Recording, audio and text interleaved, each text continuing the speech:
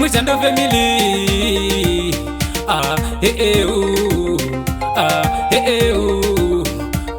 Mr. Captain ndovira pamoza musandisaize nekuti ndiri dangerous yo wakandisiya paya ndichichema kudai wazodzoka wandinyaradza wakandisiya paya ndichichema kudai wazodzoka wandinyaradza kubva pawakaenda ndina mufaro baby andina mufaro kubva pawakaenda andina mufaro baby andina mufaro kana ndikafunga ndochema ndikafunga mufaro wedu ndochema ndikafunga bataifara ndochema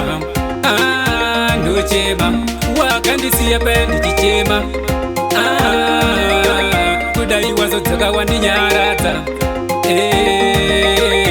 wakandisiya paya ndichichema kudai wazodzoka wandinyaradza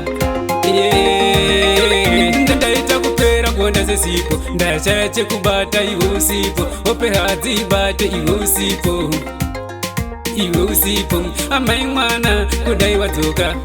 dai wauya pedyo neni amai mwana kudai wadzoka dai wauya pedyo neni wakandisiya paya ndichichema kudai wazodzoka wandinyaradza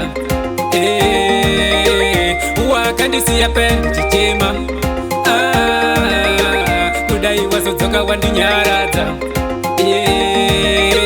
kubva pawakaenda ndina mufaro baby andina mufaro kubva pawakaenda andina mufaro baby andina mufaro kana ndikafunga ndochema ndikafunga mufaro wedu ndochema ndikafunga bataifara ndochema ndochema wakandisiya paya ndichichema kudai wazodzoka wandinyaradza wakandisiya paya ndichichema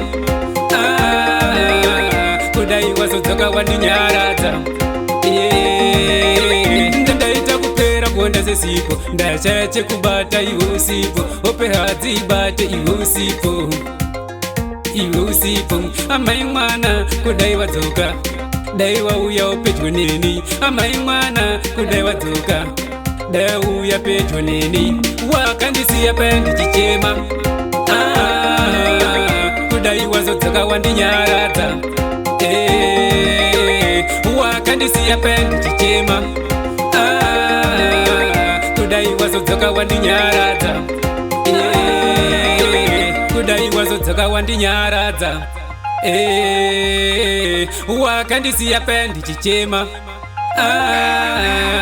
kudai wazodzoka wandinyaradza.